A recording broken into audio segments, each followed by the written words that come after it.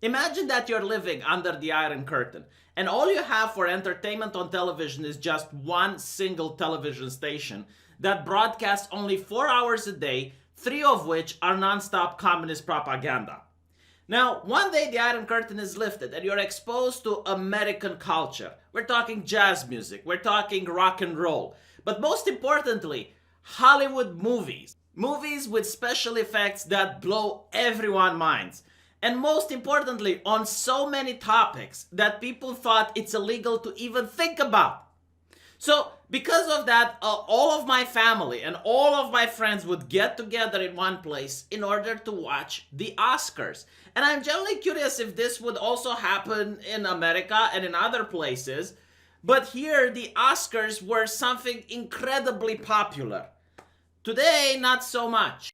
Today, if I ask someone about the Oscars, they would ask me back, is that one of those music awards? What are we talking about? I think Eurovision has become more popular here than the Oscars.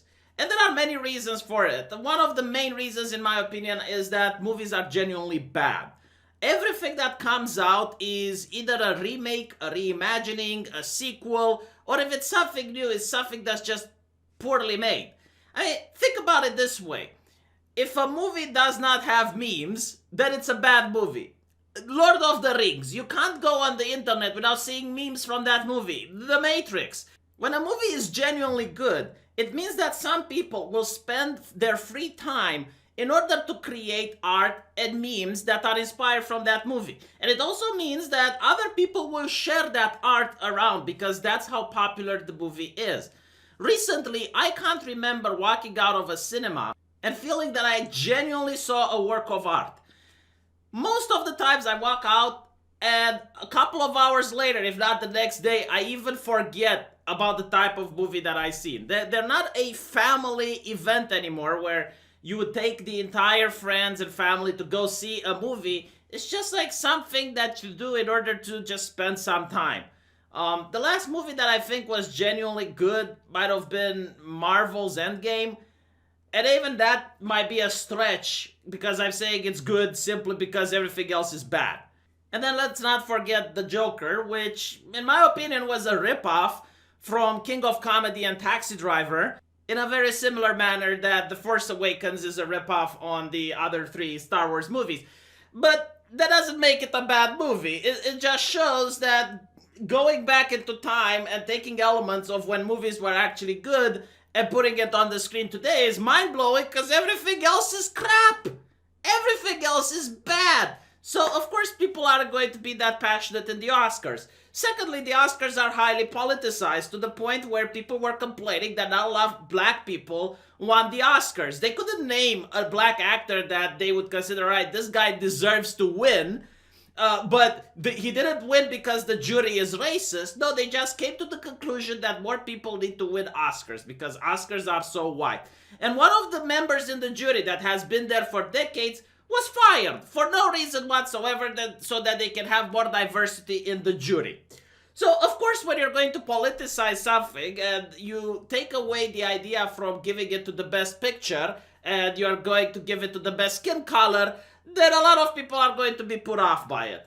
But that doesn't seem to be enough in order to completely bury this new charade that we call the Oscars. The worst thing about it is that you have these actors that go there and they virtue signal. To the point where Ricky the Butcher Gervais had this to say. I can't wait to hear all your inspirational speeches about equality, and it's great that the 3 hours you're here tonight is the only time your badly paid migrant house staff will get some time off to sleep this week. And this is the core of the issue. We're talking about multimillionaires living in gated communities, some of which have lesser of an education than you do, who live in some of the most degenerate place on earth because the heart of the Me Too movement didn't happen with the working class people, it happened in Hollywood. In other words, there are people who got their job by sucking the cock of Harvey Weinstein and then were quiet about it so that other people can have the same opportunity to climb the ranks on that sexy casting couch. And those people are the ones that go on television to lecture you about social issues, to lecture you about global warming when they have private jets. You know, this is when I really started hating Arnold Schwarzenegger, who started talking about global warming when he has an entire army of muscle cars, of cars that pollute. He's a collector of them, who makes movies about explosions and CO2 going up in the atmosphere, but yet here he comes to lecture us about how it is to be a decent human being in 2020. So this is why I genuinely do not like watching these people explain to me about morality. Because these people have such different lives than I do. These people will never have to worry about healthcare, they will never have to worry about putting food on their table, and they're never going to have to worry about paying the bills. And honestly, in the unlikely event that someone goes from being a millionaire to having to worry about putting food on the table, then I genuinely do not want life advice from that particular person, if he managed to screw it up that bigly. So, with that said, I want to tell you which is the actor that genuinely pissed me off the most. The one who managed to fart as much hypocrisy as humanly possible from her big, plump ass. And that actress has to be Scarlett Johansson. Because now it is popular to talk about intersectionality points. So she decides to go for the oppression of multi-millionaire white women and what a plight it is. Because you see, according to intersectionality, if a woman shows a tit or an ass, then that somehow is damaging for all women everywhere. And the topic they like to talk about is hypersexualization. Now, hypersexualization is the concept of the drooling retard nowadays. It never applies to when men are hypersexualized. So, for example, Mortal Kombat, or as I'm getting news that Diablo 4 will be this way, you can have men that look like Greek statues, and that's perfectly fine. But all the women need to be dressed up so much to the point that even the sheiks in Saudi Arabia find that to be way too conservative in order to avoid hypersexualization. So what on earth is hypersexualization? Because we're talking about a movie that was advertised for kids. I have seen children being taken to see Avengers Endgame and watch Scarlett Johansson's ass. So you look at her and yeah, okay, she's sexy, there is some sexualization there, but lay off with the fucking hyper, would you? Okay, this is hypersexualization. If she looked like that on camera, I would agree that they had a point. You know, like the social justice activist on the Twatch, which is Zombie Unicorn, who likes to paint her tits, that is hypersexualization. A woman wearing a bodysuit is not a hypersexualization. I see worse in a freaking nightclub. I see worse on a beach. I see worse in a gym. That is not hypersexualization, so please stop treating the audience like they're morons. Jesus. You know, and then, imagine if the opposite was true. Imagine if someone were to slut-shame the actress on the set. All of a sudden, it's like, oh, it's slut-shaming. Oh, what a conservative culture. Oh, you need to let women dress however they want. But, okay, you know, fine. All right, so now she has a change of heart. Now she has a change of heart. After becoming a multi-millionaire, after Forbes writing an article that she is one of the most richest people in Hollywood, all of a sudden she has a change of heart and she regrets dressing up the way she did.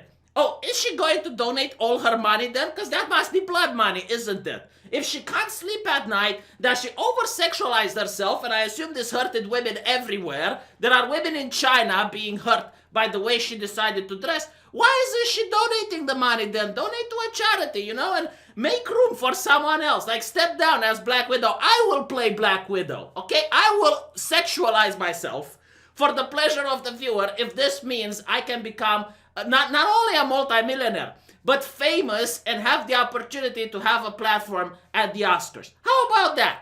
You know, like, I will do whatever it's needed if it requires me to be a multimillionaire. But this is the hypocrisy that genuinely pisses me off. These people are going to behave in a way that you are not allowed to behave. So they are going to take private jets and lecture you about not taking a flight in order to go to a vacation. They are going to hypersexualize themselves and then lecture you for being a bigot for watching anime titties or watching a video or a movie that has women who are hypersexualized. These are some of the wealthiest people, if not in America, then clearly from the whole world, lecturing people about communism and demanding socialism. What is wrong with these people? Do you not understand that if America would become a socialist nation, none of you would have jobs anymore? Like 3/4 of all the actors would be laid off because the government doesn't need so much people to do their propaganda bullshit like they did in my country. And the actors that lived under the Iron Curtain, under communism here in Romania, didn't have mansions, didn't have gated communities. Yeah, sure, they were a little bit richer than everyone else. Not as rich as the inner party members, that's for sure. But they were definitely not as well off. So it boggles my brain. Because I guarantee to you, if communism would ever come in America, and they would legitimately seize the means of production, and the government would start controlling and micromanaging the market, all of these chuckle fucks would flee the country. They would go to other nations like Britain, like France, like Germany, like places that still have capitalism to perform their trade over there. And you know what they would probably do? Spread communism over there as well. These people are so mental. I genuinely do not like them. I do not like these type of people that advocate for communism and Karl Marx when I know for sure that it's not for them they advocated, it's for everyone else. Because if they legitimately believe it, the first thing they would do would be to donate their wealth. They would donate their wealth to charity. They would spread that wealth around if they genuinely believed in socialism. But clearly they don't. And Scarlett Johansson should definitely donate her money. Those are blood money. The blood money that she made. You know, she made it on the backs of oppression for women everywhere. Hypersexualizing herself like that. So anyway, this was a fun rant. I enjoyed doing it. If you enjoyed it as well, let me know. I'll do it more often. I had to prepare myself for this special occasion with not only energy drinks, but also coffee. Trying to fix my sleeping schedule, you see. So I'm pumped up. I'm full of energy. I'm willing to explain to the camera what I really feel in my heart. And if you enjoyed that, then I'll see you later on my live stream tonight. Take care.